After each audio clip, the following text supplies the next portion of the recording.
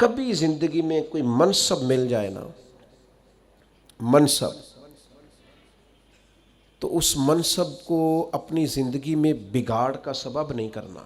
یہ جو ہمارے استاد ہوتے ہیں نا، الف با تا سا پڑھانے والے، اور شروع میں اسکول میں پرائمری پڑھانے والے، آپ پی ایچ ڈی بھی کر جائیں نا، استاد میٹرک ہے، آپ پی ایچ ڈی بھی کر جائیں تو استاد نے پھر بھی استاد ہی رہنا ہے۔ ہمیں نہ ذرا کوئی منصب ملتا ہے نا ذرا، یعنی جو کل کو تنقید کر رہے ہوتے ہیں نا حکومت کچھ نہیں کر رہی، جب انہیں حکومت ملتی ہے نا پھر ان کو پتہ چلتا ہے اوہو کچھ ہو ہی نہیں سکتا، خزانہ ہی خالی ہے، حالات ہی خراب ہیں، پچھلوں نے کچھ نہیں کیا۔ بھئی آپ کو منصب ملا، آپ بدل گئے۔ آپ تو کہہ رہے تھے یہ پیچھے ہٹیں، یہ نکمے، ہم آئیں گے تو کمال ہو جائے گا، اب کمال کر کے دکھائیں۔ اب نکموں کا رونا کیوں روتے ہیں؟ منصب لوگوں کو ملتا ہے تو لوگوں کے پاس پیسے آتے ہیں تو پھر ان کو غریب بندہ ہی کو نہیں نظر آتا۔ جس کے پاس گاڑی ہو وہ کبھی نہیں کہے گا آپ سے کہ یار گجرانوالہ کرایہ بڑا ہو گیا ہے، کبھی نہیں کہے گا، چونکہ اس کا مسئلہ پٹرول ہے، اس کا مسئلہ کرایہ نہیں ہے۔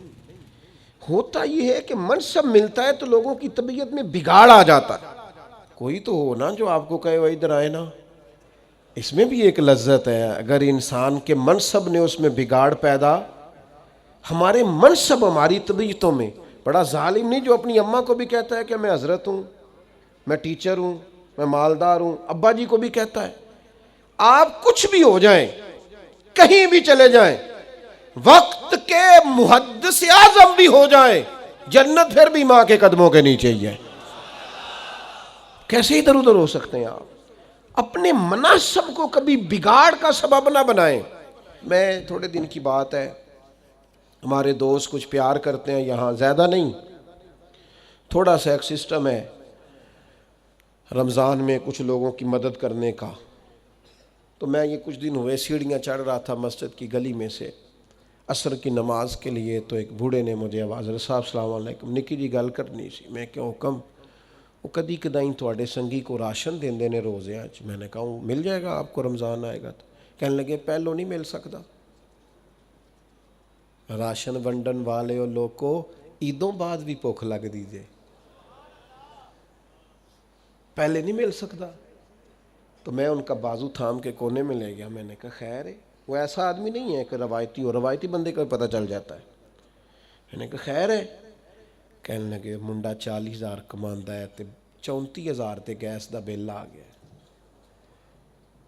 تے میں جنی واری راتی اٹھیا نا وہ دے کمرے دی بتی بلدی سی پئی، آندا تے نہیں بیچارہ تکلیف ہے۔ تو میں انہوں آکھیا پتر وہ راشن آ جانا ہے، تو با بل دا کچھ ہیلا کر۔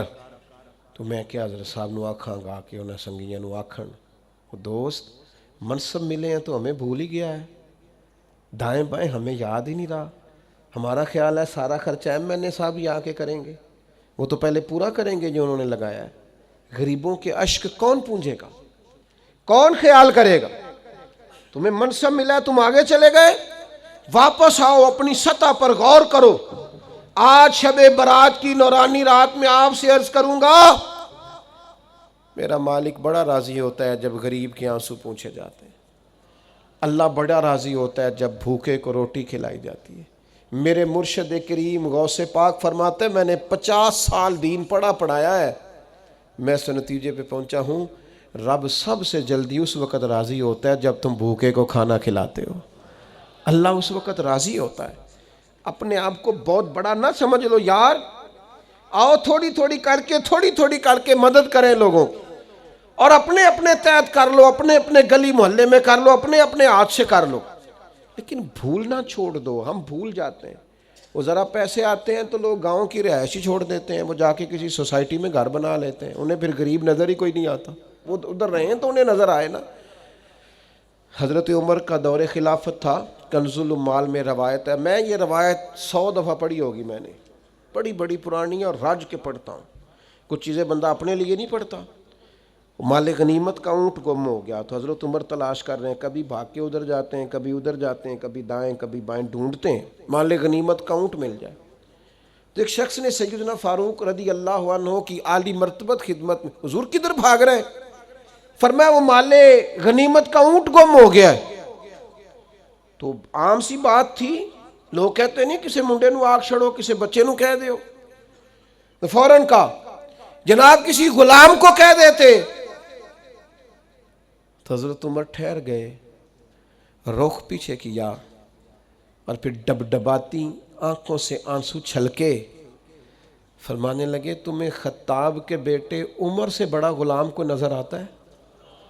میں بھی تو غلام ہی ہوں نا، میں بھی تو غلام ہوں، غلام ہی ڈھونڈ رہا ہے. میں اور کسی کو کیا غلام سمجھوں، میں بھی تو غلام ہی ہوں. 24 لاکھ مربع میل کا حکمران اور فرما بردار ایسے کہ عمر اشارہ کریں تو لوگ جانے ہتھیلیوں پہ رکھ کے آ جائیں، پر وہ فرماتے ہیں غلام ہی تو ہوں، میں غلام ہی ہوں. میرے دوست، منصب ملے ہیں تو ہم بڑی چیزیں بھولتے جا رہے ہیں. منصب ملنے پر چیزوں کو نہیں بھلائیں، لوگوں کا خیال کریں.